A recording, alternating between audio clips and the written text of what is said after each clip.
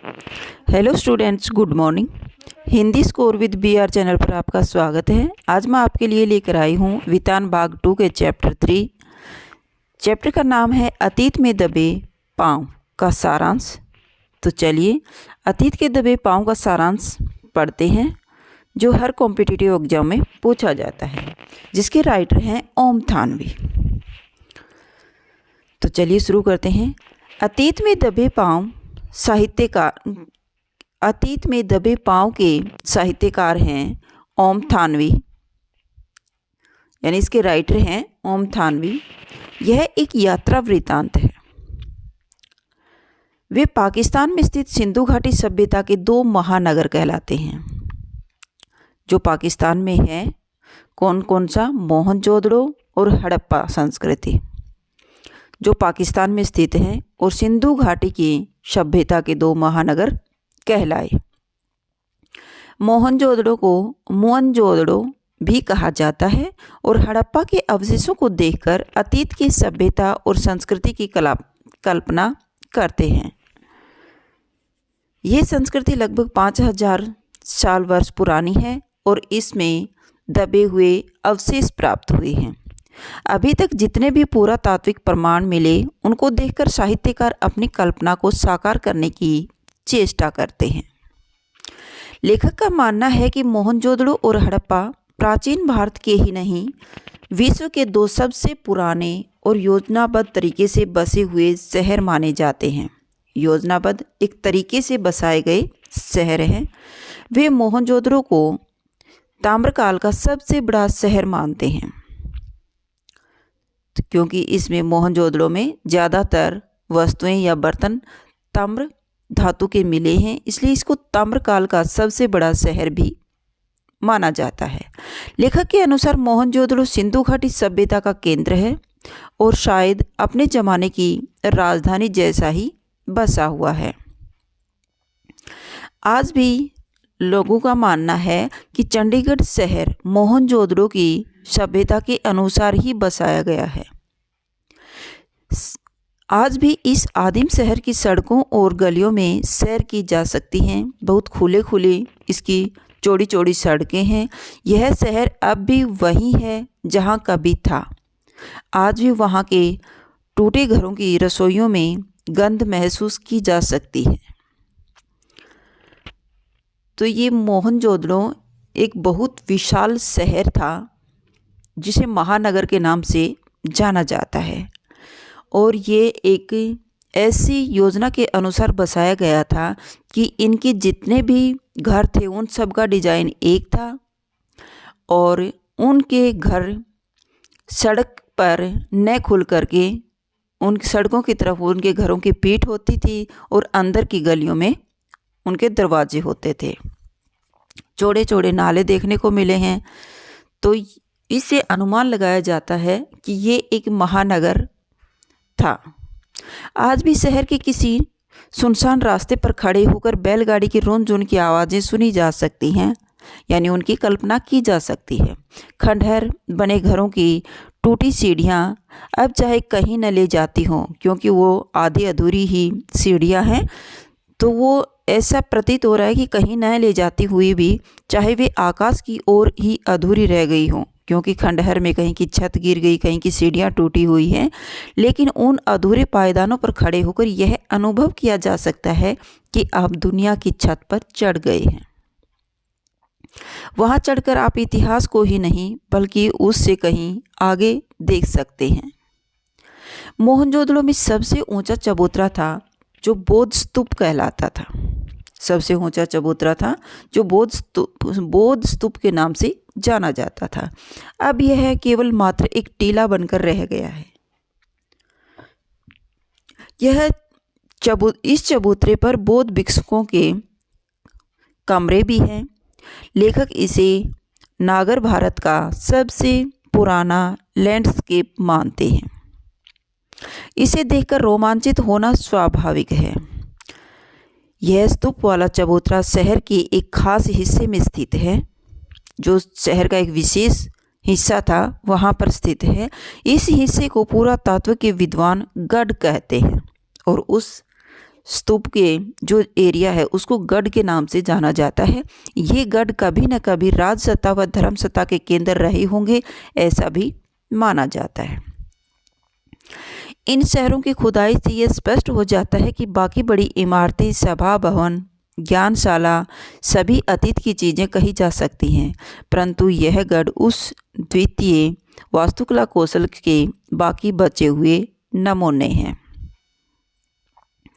मोहनजोदड़ो शहर की संरचना नगर नियोजन का अनूठा प्रमाण है, उदाहरण है।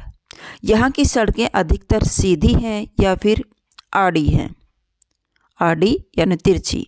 आज के वास्तुकार इसे ग्रिड प्लान कहते हैं और आज के वास्तुकार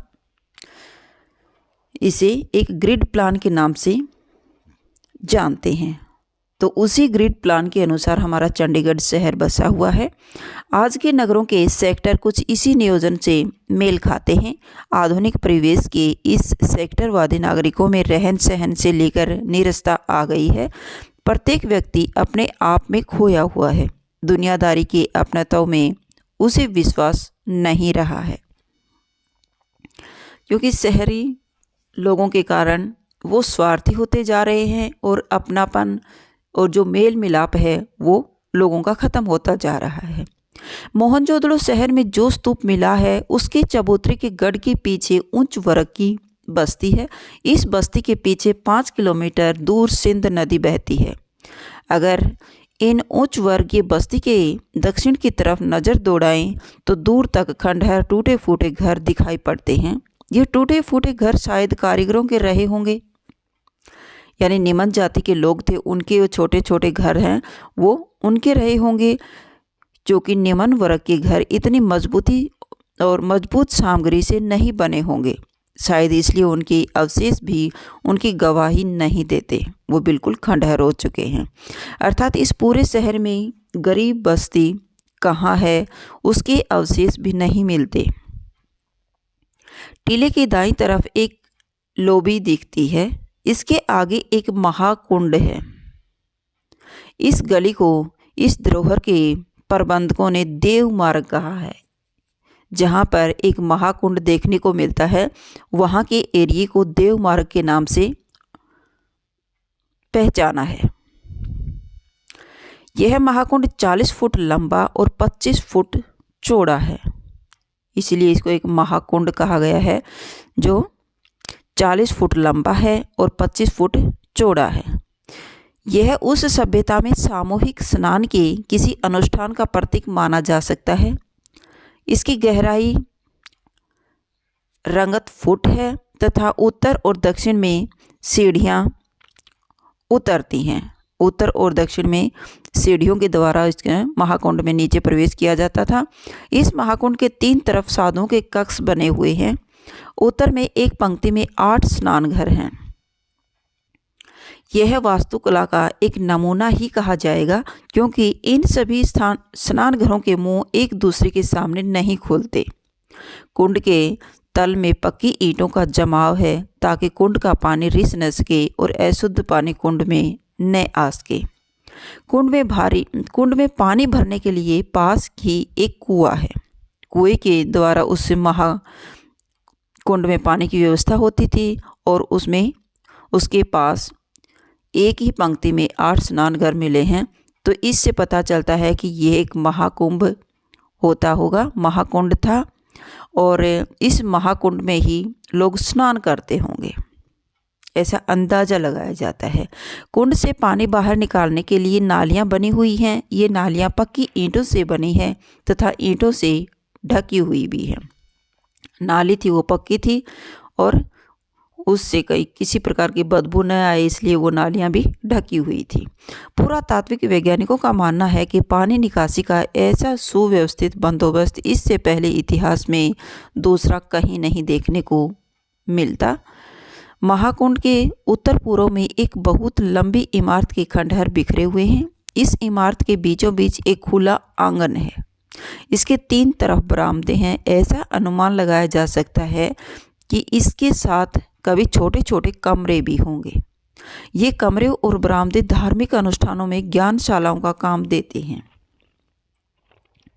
ये धार्मिक स्थल थे। और इस दृष्टि से देखें तो इस इमारत को एक धार्मिक महाविद्यालय भी कहा जा सकता है। गढ़ से थोड़ा आगे कुछ छोटे टीलों पर बस्तियां हैं। इन बस्तियों को नीचा नगर कहकर पुकारा जाता है। पूर्व में बसी बस्ती अमीरों की बस्ती है। आधुनिक युग में अमीरों की बस्ती पश्चिम में मानी जाती हैं। यानी कि बड़े बड़े घर, चौड़ी सड़कें और ज़्यादा कुएं देखने को मिलते हैं, इसलिए लोगों ने वो अमीर की बस्ती माना है। मोहनजोदड़ो में यह उल्टा था। शहर के बीचों बीच एक 35 फुट चौड़ी लंबी सड़क है। 35 फुट चौड़ी, तो अंदाज़ा लगाओ कितनी सुंदर महानगर होगा। शहर के बीचों बीच एक 33 फुट चौड़ी लंबी सड़क है। और मोहनजोदड़ो में बैलगाड़ी होने के प्रमाण भी मिले हैं। शायद इस सड़क पर 2 बैलगाड़ियां एक साथ आसानी से आ जा सकती थी। यह सड़क बाजार तक जाती है और इस सड़क के दोनों ओर घर बसे हुए हैं, परंतु इन घरों की पीठ सड़कों से सटी हुई है। कोई भी घर सड़क पर नहीं खुलता। लेखक के अनुसार दिलचस्प संयोग है, चंडीगढ़ में ठीक ऐसी ही शैली 50 साल पहले लू काबूजिए ने इस्तेमाल की थी। लू काबूजिए कौन है? जो चंडीगढ़ शहर को बसाने वाला वास्तुकार। चंडीगढ़ का कोई घर सड़क की तरफ नहीं खुलता। मुख्य सड़क पहले सेक्टर में जाती है, फिर आप किसी के घर जा सकते हैं। मुख्य सड़क से पहले सेक्टर में जाओ और फिर किसी घर में एंट्री कर सकते हो, सीधा सड़क से नहीं। शायद चंडीगढ़ के वास्तुकार का यह सीख मोहनजोदड़ो से ही मिली हो, ऐसा भी अनुमान लगाया जा सकता है। शहर के बीचों बीच लंबी सड़कें, दोनों तरफ समानांतर ढकी हुई नालियाँ। बस्ती में ये नालियाँ इसी रूप में हैं। प्रत्येक घर में एक स्नान घर भी है। घर के अंदर से मैले पानी की नालियाँ बाहर होदी तक जाती हैं और फिर बड़ी नालियों में आकर मिल जाती हैं। तो ये था आपका अतीत में दबे पाँव चैप्टर का सारांश। अगर आपको मेरी वीडियो अच्छी लगी हो तो प्लीज़ लाइक कीजिए, शेयर कीजिए और सब्सक्राइब करना न भूलें। फिर मिलते हैं नेक्स्ट वीडियो में। Bye bye.